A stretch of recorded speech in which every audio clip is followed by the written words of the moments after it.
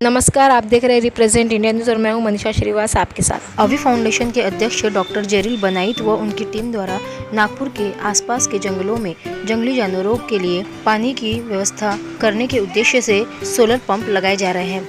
साथ ही डॉक्टर जेरिल बनाइत ने पत्रकार परिषद आयोजित कर यह जानकारी जनता तक पहुँचाई। आइए देखते हैं हमारे रिप्रेजेंट इंडिया न्यूज़ की यह खास रिपोर्ट। सर, आपका नाम बता दीजिए और आप जो एनिमल्स के लिए कर रहे हैं, फॉर एनिमल्स के लिए, तो आपका क्या प्रोजेक्ट है, किस तरह से आप कर रहे हैं? मेरा नाम डॉक्टर जेरिल बनाइत है। मैं एक त्वचा रोग तज्ञ हूँ और मेरा पैशन वाइल्ड लाइफ कंजर्वेशन है, टाइगर प्रोटेक्शन है। इसके पहले भी हमने बहुत संघर्ष किया है टाइगरों को बचाने के लिए, उनकी माइग्रेटरी कॉरिडोर्स को बचाने के लिए। टाइग्रेस किस्मत एक सब एडल्ट टाइग्रेस थी जिसके लिए हमने बहुत सारे PILs फाइल किए। टाइग्रेस अवनी जो बहुत फेमस टाइग्रेस थी हमारे हिंदुस्तान की, उसके लिए भी हमने बहुत मुहिम छेड़ी थी। हमारी एक NGO है अभी फाउंडेशन करके, जिसमें हम जानवरों के लिए, मुख्य जानवरों के लिए पानी पुरावा करते हैं। ये आज से नहीं, करीबन 25 साल से हम काम कर रहे हैं। हमारे जो एल्डर जनरेशन है, हमारे पिताजी मम्मी जी, वो भी कार्य में काफ़ी कार्यशील रही है।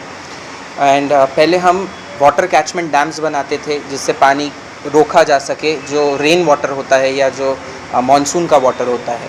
फिर हमने देखा कि कई ऐसे जोन्स होते हैं जहाँ पे रेन वाटर भी रोका नहीं जा सकता, तो हमने फाइबर ग्लास के सॉसर शेप्ड वाटर टैंक्स बनाए जो इजीली मूव किए जा सकते हैं, बहुत फास्ट बनते हैं। और इसकी हमने बनाने की जानकारी भी फॉरेस्ट डिपार्टमेंट को उसके ट्रेनिंग दी कि वो अपने लोकेशन पे ही बना सके। और पिछले कुछ सालों से हम सोलार वाटर पम्प्स का डोनेशन और इंस्टॉलेशन कर रहे हैं।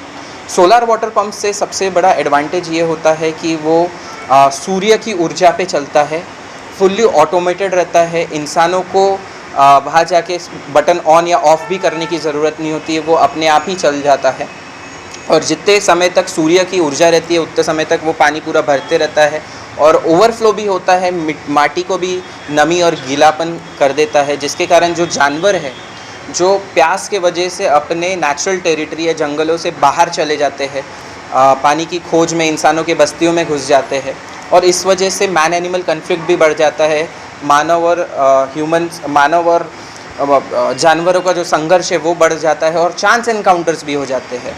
तो ये पानी पुरावा करने से जानवर जंगलों में ही स्थायित हो जाते हैं, बाहर आना नहीं होता है उनका इंसानों की बस्तियों में, जिसके कारण मैन एनिमल कन्फ्लिक्ट भी बहुत रिड्यूस हो जाता है। तो हमारी एक मुहिम है कि जितना ज़्यादा हम पानी प्रदान कर सके मुख्य जानवरों के लिए, ना केवल सिर्फ शहरों के बट जो जंगल है उसके अंदर भी पानी का पुरावा कर सके।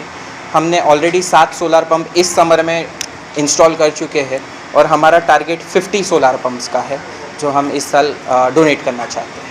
सर, जैसे कि आप सोलर वो लगाते हैं शीट उसको, तो वहाँ पे मंकी भी होते हैं, लेकिन अगर उसके ऊपर कोई मंकी बैठ गया तो फिर हम आमतौर पर कोशिश करते हैं कि ऐसे जोन में लगाए कि जहाँ पे कैनोपी ना हो, पेड़ों की ज़्यादा आसपास पेड़ ना रहे, जिससे धूप भी बराबर आ सके।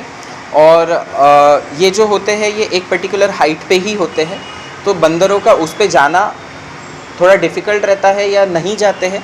बट इन केस अगर बंदरों के वजह से वो डैमेज भी हो जाते हैं या कोई और रीज़न से कोई डंगाल गिर गई या नेचुरल कॉज से वगैरह डैमेज होते हैं, तो हम वापस जाके उसको उसका रिपेयर करके रीइंस्टॉल करके वापस आते हैं। आप जंगल में कितने किलोमीटर तक अंदर जाते हैं? जैसे हम यूजुअली टूरिस्ट जोन में अवॉइड करके, जहाँ पे टूरिस्ट नहीं है, जहाँ पे ज़्यादा संक्रमण नहीं है और इवन उनका भीड़ घाट्स का मॉनिटरिंग भी अगर कम रहती है, तो वो जोन हमारे लिए प्रेफरेबल रहता है कि वहाँ पे जाके पानी का पुरावा कर दे, जिससे ये जो सेक्लूडेड एरिया रहता है यहाँ पे ज़्यादा डिस्टर्बेंस नहीं रहता है, तो जानवरों को भी वो एरिया ज़्यादा पसंद रहता है जहाँ ह्यूमन इंटरफेरेंस ना रहे। तो अगर बात की जाए कि जंगलों के अंदर कितना जाते हैं, तो हम जितना ज़्यादा जा सके मोटरेबल रोड रहे। कई बार मोटरेबल रोड भी नहीं रहती है तो हमें पैदल भी अपना सामान लेके जाना पड़ता है और वहाँ इंस्टॉल करके वापस आना होता है। क्या आपकी सेवा निःशुल्क है या इसके लिए आपको शुल्क है? हम निःशुल्क, जानवर हमारे को क्या शुल्क देंगे सिवाय दुआओं के। तो ये हम जानवरों के लिए निःशुल्क सेवा करते हैं और हम किसी सरकार से भी फंड्स नहीं लेते हैं या फॉरेस्ट डिपार्टमेंट से भी फंड्स नहीं लेते हैं। उल्टा ये donation is to the government, donation is to the forest department. हम अपने तरफ से फॉरेस्ट डिपार्टमेंट को ये पूरा डोनेट करके देते हैं। सर, इसमें हम देख रहे हैं आजकल पानी की तो भी समर है, इसलिए पानी की किल्लत है, जानवर प्यास से मर रहे हैं।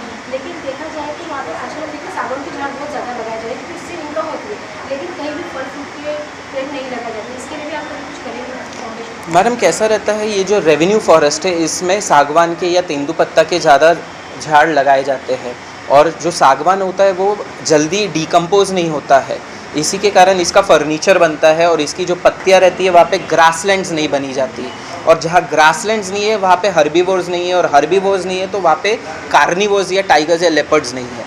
तो इस जंगल को इकोलॉजिकली अच्छा नहीं माना जाता जहाँ पे सागवान का या बैम्बूज का ज़्यादा प्रजाति है। बट जो एक मिक्स फॉरेस्ट होता है उसमें इवन विजुअल भी ज़्यादा दूर तक नहीं जाता, वो फॉरेस्ट सबसे बेस्ट होता है। लेकिन फ्यूचर आप इस पर काम करेंगे? ज़रूर हम वाइल्ड लाइफ जितनी बढ़ा सकते हैं उतना बढ़ाने के लिए जो भी कार्य कर सकते हैं, हमारी फाउंडेशन, मैं पर्सनली बहुत कुछ करना चाहता हूँ आगे। जैसे आपने कहा कि आपने 15 दिन पहले से शुरुआत है, जी और आपको लगता है कि आप लेट हो गए, आपने समर स्टार्टिंग में करने से? नहीं, समर स्टार्टिंग से ही शुरुआत की है।